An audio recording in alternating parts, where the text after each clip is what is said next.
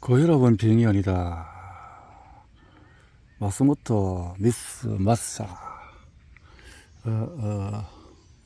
고혈압은 병이 아니다. 고혈압 10만 명. 고혈압은 병이 아니다. 마스모토 미스 마사 서승철 옮김 40년 이상 10만 명을 진찰한 의사의 결론은 지금 당장 실험약을 버려라. 지은이 1943년 출생 홋카이도 대학교 의학부 졸업했고 의료생협의 사이마타 우라와 민주진료소 근무소장 했고 1995년 오미야 진료소 소장, 2009년부터 간토 클리닉 원장으로 재직, 최소한의 비용으로 치료에 힘쓰며 사랑의 의사 양방 한방 두루 활동하고 웃음 치료를 강조를 했다. 지금 당장 혈압약을 끊으라. 이 말은 큰일 날 것 같은 생각을 했다. 나도 고혈압 또 당뇨약을 먹어서 환자들 중에는 3일간 안 먹어 뇌졸중으로 쓰러졌다는 이야기도 덧붙인다. 하지만 시도했다. 우리 몸에는 일어나는 일들이 나름대로 목적을 가지고 움직인다는 것을 알았기 때문이다.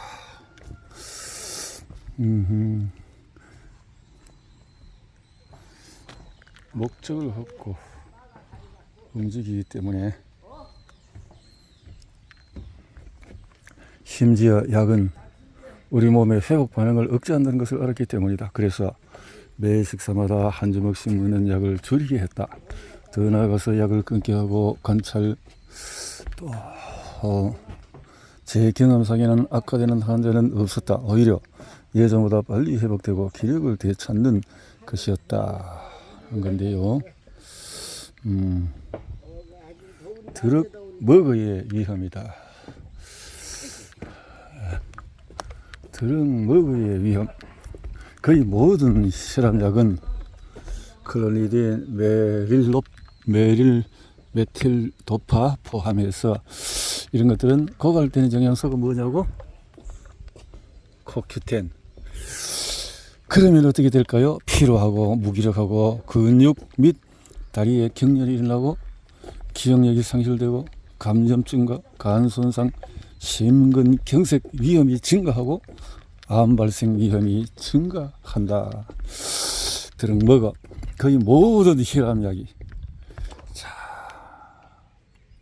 클로니딘, 메틸 도파 등등 포함해서 모든 혈압약이 코큐텐을 드럭 먹어 고갈시킨다. 그래서 코큐텐이라는 영양소가 얼마나 중요하냐. 그래서 이게 부족하면 피로하다. 고혈압약을 먹으면 피로하다. 무기력하고 근육, 다리에 경련이 일어나고 기억이 상실되고 그렇다는 거죠. 간 손상이 되고 심근경색과 위험이 증가하고 암 발생 위험이 증가할 수밖에 없다 하는 거죠. 건강한 사람을 환자로 만드는 큰 죄악, 고혈압증이라고 하는데도 증상이 없다. 이 사실에 주목해야 한다. 이상하지 않은가? 증상이 없는데 병에 걸렸다니. 하지만 수축기가 200을 넘으면 그런 극단적인 경우가 아니라면 가능성은 제로에 가깝다고 본다. 병에 걸릴지 모른다와 병에 걸렸다는 것은 다르다. 이래서 사기성이 짙다는 것이다. 병은 마음에서 생긴다는 말이 있듯이 몸은 마음의 영향을 크게 받는다.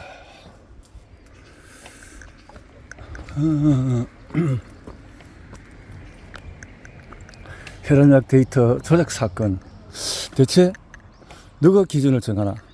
이는 대학의 의료 연구자가 위원직을 맡은 일본 고혈압 학회라는 조직에서 결정한다. 일반인들은 의사들이 매번 연구를 통해서 논문을 발표하는 그 데이터에 그 학회에서 치료 가이드라인을 내면은 모든 의사는 그 기준치에 따라서 여부를 판단한다. 가이드라인을 들여다보면 금방 알 수 있지만은 이 책자는 읽기가 무척 까다롭다. 애매하면서도 세세한 구분이 그렇고 난해한 전문 용어에 짜증날 정도로 애들로 표현한 것들이 많다. 고유럽 학회에는 제약회사와 견고한 유착관계를 맺고 있다. 유착이 들통난 사건이 2013년 7월에 발생했다. 교토 부리부대, 도쿄 자에해 의대, 치바대학 시가 의대와 제약회사 노바티스 파머가 짜고 조작한 것이다. 어마어마하다.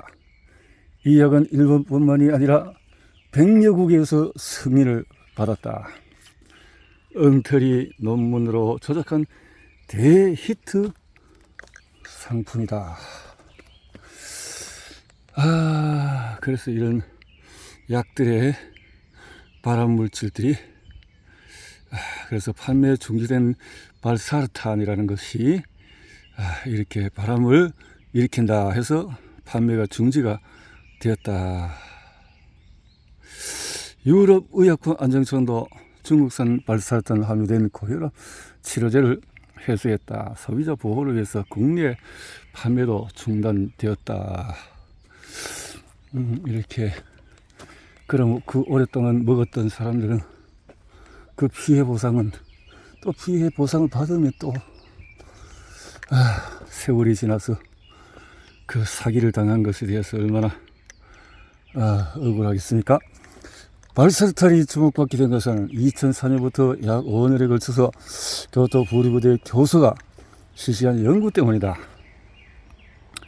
2004년부터 약 5년에 걸쳐서 교토 부리 의대 교수가 실시한 연구 때문이다. 이 교수는 고혈압 환자 30명을 대상으로 발사르탄의 임상 실험을 실시했는데 결과가 2009년에 논문으로 발표되었다.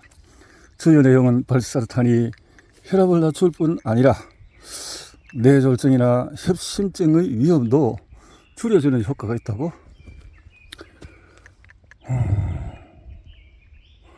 그래서 유럽 심장병 학회지 온라인에도 실렸다.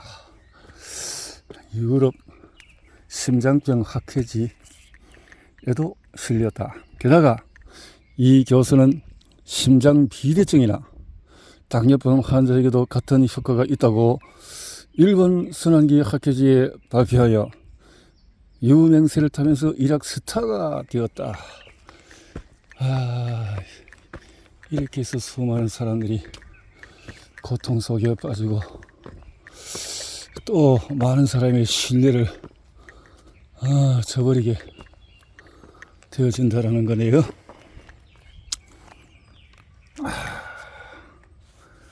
고혈압에는 약에는 발사르처럼 혈관을 확장시키는 작용 외에도 심장의 활동을 억제하는 작용 외에 심장의 활동을 심장의 활동을 억제한다면 심장의 남아도는 수분을 몸 밖으로 배출시키는 작용, 그 물이 또 너무 빠지면 이뇨제, 발사르탄을 하루에 160mg을 복용할 경우에 1년에 약 80만 원의 비용이 드는데 가장 저렴한 약은 35,000원. 뭐 이렇게 다른 약과 비교해서 20배 이상 비싼 발사르탄이 이처럼 날개를 댄 것은 임상실험으로 효과가 입증되었다는 논문을 의사들이 곧이곧대로 믿었기 때문이다. 의사들이 발사르탄을 우선으로 처방한 것이다. 이렇게 발사르탄이 일약 대히트 상품이 되었다. 이렇게 2012년에 모든 의약품 중에서 가장 많이 팔린 약이 된 것이다. 제약업계는 뛰어난 역할을 가진 블록버스터라고 불리는 상품이 있다. 발사르탄이 그러했다. 논문의 발사르탄을 블록버스터로 만들어준 것이다. 게다가 논문을 쓰는 교수나 일본 학계 간부는 자주 의료잡지 광고에도 자주 등장해서 발사르탄이 뛰어난 효능을 선전했다. 일본에서는 적합 인지 기능 개선 등의 효과를 강조하는 데 적극적이었다. 니케이 메디컬 2011년 1월 2월로 딱 근거가 이렇게 있었네요. 유럽 심리학계에서 논문에 관해 강력까지 했는데 데이트의 신빙성에 대해서 빈약하다는 이유로 묵살당한다. 유럽에서는 데이트의 신빙성이 빈약하다고 묵살당했는데 스위스의 한 고혈압의 전문가는 이것이 사실이라는 정말 훌륭하다 라고 전제하면서 내 어머니에게는 투약하지 않겠지만 장모에게는 사용하겠다 이렇게 그것을 믿을 수 없다 그 말이죠. 2012년 말에 일본 수란기 학회지는 수많은 분석 오류가 발견되어 게재 논문을 처리한다고 발표했다. 이런 일이 생겨버렸네요. 처리한다. 그리고 2013년 2월에도 유럽 심장병 학회지도 치명적인 문제가 있어서 교수의 논문을 처리한다는 이례적인 발표를 해서 결국 같은 달에 이렇게 교수가 교수 일을 그만두게 됐다는 게 돈 벌어먹고 그만두면 또 토해내야 되겠네. 2013년 7월에 교토 부리부대는 논문에 쓰인 해석 데이터가 인위적으로 조작이 되어 발사레산에 유리한 쪽으로 결과가 나왔다는 사실을 밝혔다. 조사 결과에 당황한 것은 일본 고혈압 학회였다. 논문 발표한 교수가 학회의 간부였다. 학회의 간부. 자, 이 한 학회라든 이런 것들이 잘못해서 참 이 윤리에 어긋나면은 엄청난 사회에 폐악이 되어진다. 강한 처벌이 있어야 될 것이죠. 많은 사람을 죽음으로 몰았기 때문에 이것은 엄청난 처벌을 받아야 되는데 현실이 그렇지 않다는 것이죠. 나중에 조사에서 대학 비상근 강사라는 직함을 가진 제약회사 직원이 연구팀에 몰려 들어와 있었다는 것도 밝혔다. 조사를 하니까 비상근 강사다. 강사라는 이름을 갖고 비상근 강사라는 직함을 가진 제약회사 직원이 있었어. 발사르탄을 복용해도 뇌졸중이나 협심증의 위험은 줄지 않는다. 학교 측은 연구에 참여한 연구원은 이미 학교를 떠났다고 변명을 했다. 자, 이러면 학교의 명예고 다 이렇게 떨어지는 거죠. 판매처인 노바티스는 더욱 가관이었다. 회사 측은 전혀 몰랐다고 하며 직원에 대한 정보 요청에 응하지도 않았다. 전혀 몰랐다고. 뭐 직원이 그것은 뭐 돈도 안 받고 무슨 직원이 그런데 가담을 하겠습니까? 2014년 1월 후생노동성은 노바티스 파물을 약사법 위반으로 도쿄지검에 고발했다. 드디어 사법의 칼날이 움직였다. 판촉 활동에 나선 관계자는 미성으로 고발 대상에 넣었다. 보여주기식 퍼포먼스에 불과할 수 있다. 약 800만 명의 고혈압 환자와 가족을 속여서 갈취한 범죄였다. 자기 하나 잘 먹고 살려고 800만 명의 인구를 이거는 뭐 어떻게 해야 될까요? 처벌이. 고혈압약, 혈압약과 혈관확장제는 매출액이 10조 원에 달한다. 1980년대에 2조 원대였다가 미국은 전 세계 약 소비에서 미국 다음으로 일본은 전 세계에서 약 소비에서 2위다. 발사르탄은 혈압약뿐만 아니라 전 세계 의약품 중에서 가장 많이 팔린 약이었다. 제약에서 대학에 10억 원이 넘는 기부금, 10억 원, 뭐 수조를 벌었으니까 뭐 그까지 돈이 아니겠네요. 신약 개발 비즈니스는 한탕조이다. 발사르탄은 블록버스터라고 했다. 이런 대히트 제품은 거의 나오지가 않는다. 히트를 쳤다. 1980년까지 획기적인 신약들이 나왔지만 1990년대에는 거의 나오지 않는다. 굳이 꼽는다면 항에이즈 바이러스 정도이다. 인간의 발상은 한계가 있다. 의학 분야에서 나올 만한 것은 모두 나왔다는 느낌을 지울 수가 없다. 하지만 기업은 신약 개발을 포기할 수가 없다. 개발에 몇 천억 원의 규모의 1000억 원의 규모를 거액을 투자하고 있기 때문이다. 어떻게 해서든 히트 상품을 만들어내지 못하면 투자액을 고스란히 포기해야 한다.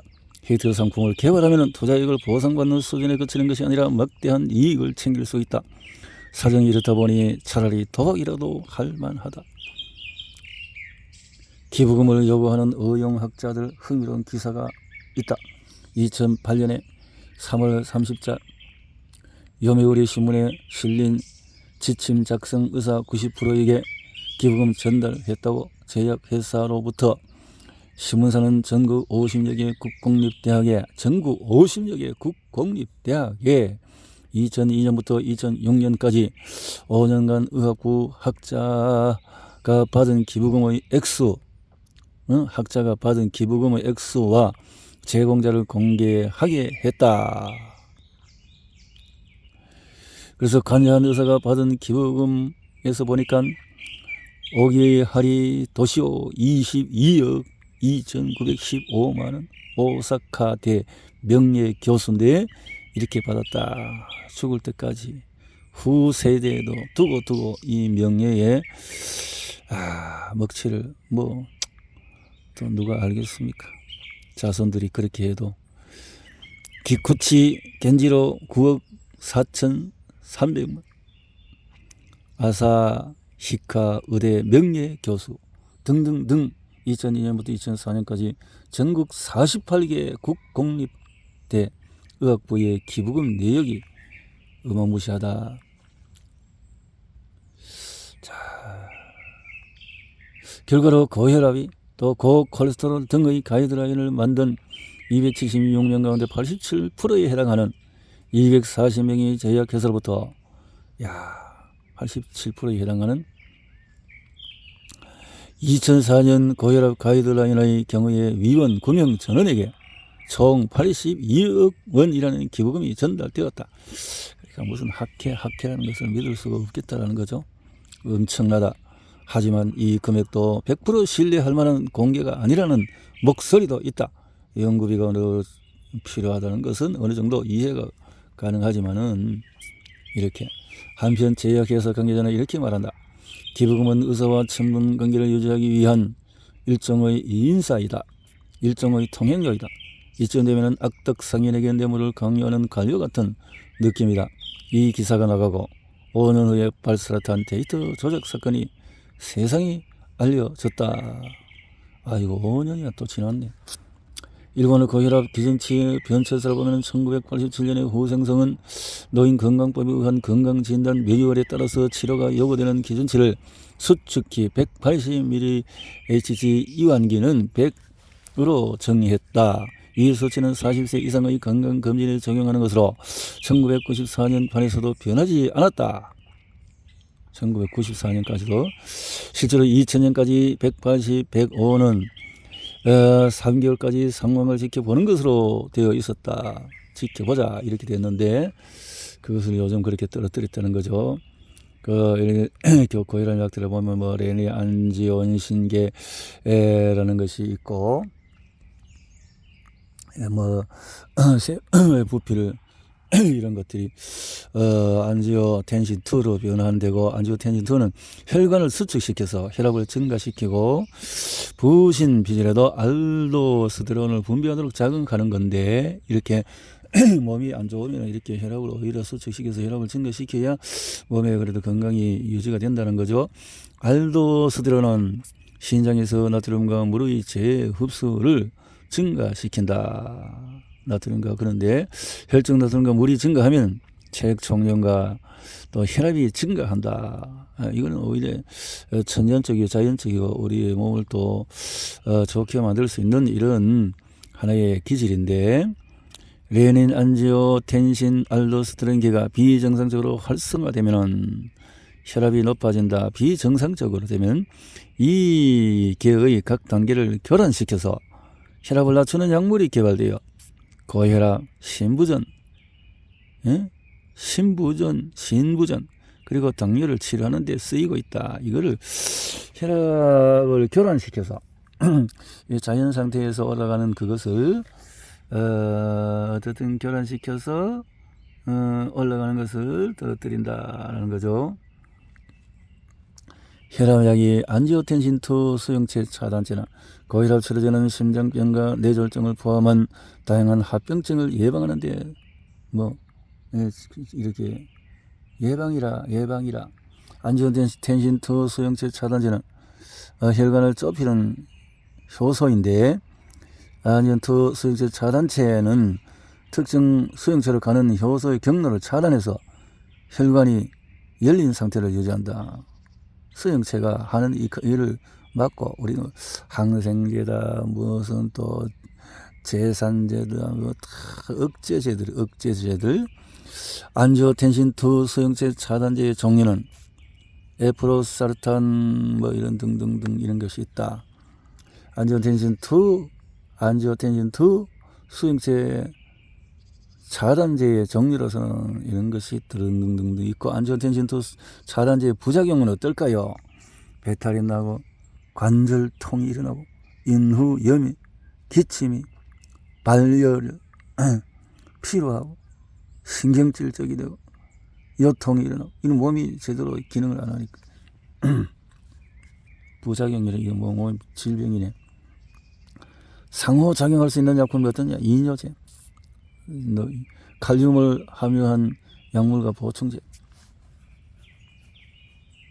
이뇨제와 역할을 한다는 건데 칼륨, 나트륨과의 조합에서 칼륨이 너무 상승을 타면 이뇨의 역할을 하게 되니까 그런가 봐요. 다른 혈압약도 있고 또 심장약, 알레르기, 감기, 독감에 대한 처방전 없이 살 수 있는 이런 것들도 함께 역할을 한다. 안지오텐신2 수용체 차단 투약 부적합한 자는 당뇨병이 있는 사람들, 심한 우렬성 심부전이 있고 신장병이나 신장병이 있고 간병이 있는 사람, 탈수증이 있는 사람, 임산부 이뇨제 역할을 하니까 이런 것들을 먹으면 고혈압약을 사람이요 못 견딘다는 거죠. 베타 차단제, 이뇨제, 칼슘 채널 차단제, 안지오텐신 전환 효소 억제제 등이 있습니다. 대표적인 혈압약의 각 기전과 부작용을 알아보면 베타 차단제를 장기적으로 복용하는 경우는 다음과 같은 부작용이 생길 수 있습니다. 심장박 등이 약해지면서 체력이 감소될 수 있고 심장박출량이 줄어들어서 현기증과 수족 내용증과 피로감과 성욕 감퇴 등 정상지방 콜레스테롤 수치도 오히려 높여진다는 건데 이뇨제는 어떤 역할을 하나? 이뇨제가 체내에서 하는 역할은 수분과 염분을 문 밖으로 배출시키게 합니다.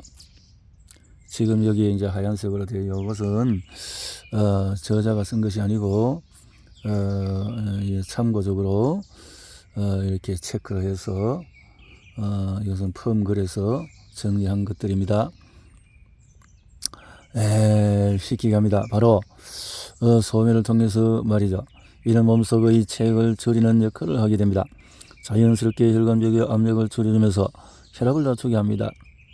또 이런 것들이 있고 대표적으로 이런 것들이 있고 이러한 고염약으로 이뇨제를 장기적으로 복용하게 되는 경우에 다음과 같은 부작용이 생기는데 신장 기능이 약해지고 당뇨가 또 요산 수치가 상승해서 통풍이 발생하고 고지혈증이 생길 수가 있다. 이뇨제를 칼슘 채널 차단제는 우리나라에서 가장 흔하게 쓰이는 약물입니다. 칼슘을 뺀다. 칼슘은 심장세포막이 혈관을 수축하는 역할을 하는데요. 이것을 차단시키면 혈관이 확장되어지고 이래서 혈압을 낮추고 심장의 수축력은 낮게 하여 심장박동수를 조절하게 합니다. 대표적인 약물 종류로는 암로디핀, 니페디핀 이런 것들이 이 약물들은 특히 자몽주스와 함께 복용할 경우에 독성이 나타나 매우 주의해야 한다. 칼슘 채널 차단제의 부작용은 혈압을 낮추는 역할을 하지만 교감신경을 활성화시키기도 합니다. 교감신경을 활성화시킨다. 교감신경이 활성되면 혈관이 확장되어 다리 부종, 안면 홍조, 빈맥 이런 증상이 나타날 수 있다. 빈맥. AC 억제제는 안지오텐신 전환 효소 억제제. AC 억제제의 역할은 혈관 수축 작용을 억제하는 역할을 합니다. 즉 신장에서 안지오텐신 1이 안지오텐신 2로 전환이 되는데 이것을 억제하게 된다. 대표적인 약으로서는 이러이러는 것들이 있다. AC 억제제의 부작용은 체내에서 발생되는 브라디키닌이라는 물질도 억제시켜 버린다는 것입니다. 이 물질의 억제가 억제되는 경우에 체내에서 브라디키닌 농도가 높아지고 그러되면 마른 기침이 발생하게 된다. 다섯 번째, ARB 안지오텐신 2 수용체 차단제. 이 약은 수정체와 결합하는 것을 못하게 함으로써 혈관을 확장시킨다. 대표적으로서 로사르탄, 텔미사르타 등등등. 이 약들의 부작용은 소화불량, 설사, 약의 부작용이네, 현기증, 복통 등이 발생할 수 있습니다. 이 약을 복용하는 환자는 평소에 칼륨의 섭취를 제한해야 한다. 칼륨의 섭취가 고혈압약의 종류와 부작용. 이 약을 복용하는 환자는 평소에 칼륨의 섭취를 제한해야 한다고. 자, 이렇게 FDA는 스타틴 약물의 위험성을 조언했습니다. 간 손상을 일으킨다. 근육을 손상시킨다. 혈당 상승을 높인다. 이 당뇨를 부추긴다는 거죠. 인지 장애를 일으킨다. 이렇게 되네요. 그래서 당뇨 발병률이 2배나 증가한다. 오히려 반려 당뇨가 더 생길 우려를 만들어주는데 이런 약들이 있다. 신중히 투여하라. 혈관 긴장도와 신기능 있는 사람들, 신중히 해야 될 사람들, 이렇게 신장애, 콩팥장애가 특별히 문제가 될 수 있는 울혈성 신부종, 이런 비만 치료제들, 이런 약들이 참, 리적틸 이런 약들이 당뇨 합병증, 당뇨 합병증, 당뇨 부작용, 40년간 유통되었던 잔탁이라는 위장약도 이렇게 참 이 약물에 FDA 퇴출이 됐죠. 자, 이제 노란색이 다시 이제 저자의 글로 돌아갑니다. 1999년 세계보건기구가 기준치를 140에서 90으로 바꾸었다. 2000년에 일본도 이 기준치를 적용했다. 2008년부터 실시된 공적 보건제도 대사 증후군 검진에서 10을 더 내려서 지금 130까지 떨어졌다. 8년 만에 50수치나 기준치가 떨어진 것은 아무리 생각해도 이상하다. 근거라는 것은 신문경색을 위험에 관한 단 한 건의 연구 때문이다. 이런 중대한 결정에는 상당히 명백하거나 복수의 연구 결과를 근거로 삼지 않으면 안 된다. 그런데 그 당시의 WHO가 그렇게 했다. 기준치 160에 95로서 하는데 바꾸는 것은 가이드라인 99년 발표 몇 시간 전에 WHO는 새로운 가이드라인은 관련이 없다는 동의 없이 스폰서의 제약회사에 결정한 것이다 라는 내용을 기자들에게 돌렸다. 그런데 다음날 WHO는 이 성명을 취소하고 새로운 기준치를 인정해 버린 것이다. 참 고민이 많았는데 그만 또 어떻게 밤에 또 작업이 되었는가 봐요. 그래서 인정을 해버렸네. 자, 이렇게 돈만 밝히는 이런 참 단체들의 잘못된 모습들을 여기까지만 보겠습니다.